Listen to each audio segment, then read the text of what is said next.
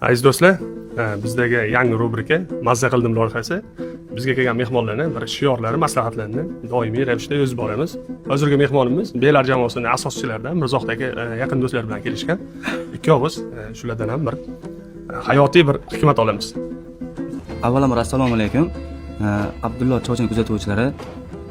Meni maslahatim asli zo'r loyiha boshlabdilar-da. Meni maslahatim to'g'ri yoshim kichkinadir, endi 29 ga kirdim. Bu 3-4 kun oldin mana shu narsa haqida o'ylab turdim, shu video haqida olaman, vaqt o'yin orqaga qaytganda nima qilgan bo'lardim deb turgandim. Bugungi shu narsa nasib ekan. Birinchi o'rinda meni maslahatim ota-onam duosini olish kerak. Duo deyish katta. Qayerda aytgan-ku, oltin olma duo ol deb. Duo deyish katta. Ikkinchisi, hech kimga odam zotga ishonmaslik kerak.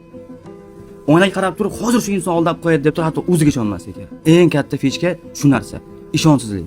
Ishonmang, oldinga harakat qiling, faqat oldinga. Duoni oling. Ota-ona g'animat. Duo deyish katta. Hikmatullo aka, kasb hunaringiz nima? Shu hunaringizdan kelib chiqib bizga nima maslahat berasiz va xalqimizga?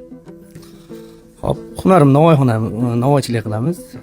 Shu hunarda halollik bo'lsa yaxshi, qayda bo'lsa ham chiroyli ishlab, halol bo'lsa ish yaxshi bo'laveradi, baraka topadi. Shunga qarab Alloh ham beraveradi.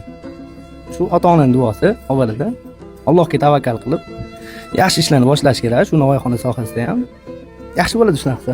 Bilolxon aka, kasb hunaringiz nima va shu soha bo'yicha nima maslahat berasiz xalqimizga va yoshlarga? Biz kasb hunarimiz savdo-sotiq. Endi savdo-sotiq birinchidan halollik, ro'zg'or bo'lish, biroq haqqini yemaslik. Birinchi o'rinda shunday o'ylaymiz.